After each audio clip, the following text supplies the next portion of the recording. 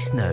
Théo Manval. 8h46, vos initiatives en France tout l'été à cette heure-ci. Où partir pour les vacances? On soutient, vous le savez, nos régions, nos zones touristiques. Et on vous donne des conseils si vous êtes sur le départ. On s'arrête à Château-Thierry. Ce matin, c'est dans l'Aisne où nous attend Benjamin Galou. Bonjour. Bonjour. Directeur de la Maison du Tourisme des Portes de la Champagne. C'est vrai qu'on n'est pas tout à fait loin de Reims. On est entre Paris et Reims chez vous. Et on fête à Château-Thierry les 400 ans de la naissance de Jean de La Fontaine, qui est né dans la commune le 8 juillet 1621. Il y a passé une cinquantaine d'années de sa vie. Et je crois que vous proposez pas mal de choses autour de sa mémoire tout l'été. Expliquez-nous. Oui, c'est l'année ou jamais justement pour visiter Château-Thierry et sa région. Il y a énormément d'animations dans la ville de Château-Thierry pour découvrir un petit peu le personnage et tout le patrimoine de la commune à l'occasion des 400 ans de la naissance de Jean de La Fontaine. Il y a notamment une exposition Lego qui a lieu dans la maison natale du fabuliste, où des scénettes, des fables et de la vie de l'époque sont refaites avec ces petites briques que tout le monde connaît. Donc c'est un excellent moyen pour les familles pour profiter. Effectivement, on peut la visiter du coup plus largement, cette maison. Qu'est-ce qu'on y trouve ?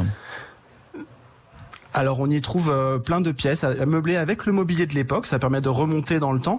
Et puis comme Jean de La Fontaine est une figure qui est universelle et qui a parlé vraiment à toute la francophonie, voire au monde entier, on trouve également des estampes qui viennent du monde entier, de la Perse, d'Asie, etc., qui montrent à quel point ce fabuliste a été universel. On trouve aussi des œuvres de Dali, par exemple, sur l'œuvre de Jean de La Fontaine. Et une fois qu'on a passé la matinée à bien visiter cette expo et toutes les installations, vous nous conseillez de pique-niquer sur les bords de Marne et puis d'aller faire un tour du côté du château médiéval de Château-Thierry.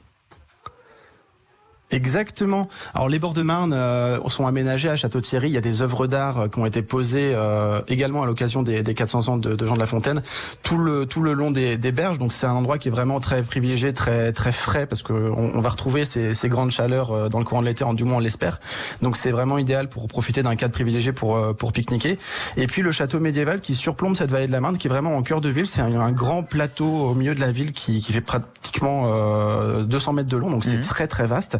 Et puis sur ce plateau, il y a des spectacles avec des rapaces, un spectacle de rapaces, il y a la reconstitution d'un village de l'an 1000, ou même pour défouler les enfants après le déjeuner, des filets dans les arbres, une sorte d'accrobranche qui permet vraiment de passer un excellent moment. Et ben voilà, énormément de choses. Et puis on est aux portes de la Champagne et des vignes, donc il y a des balades possibles aussi après, si vous voulez rester plusieurs jours. Merci beaucoup Benjamin Galou. On conseille donc la visite de Château-Thierry, l'histoire fascinante de Jean de La Fontaine, les 400 ans de sa naissance aujourd'hui.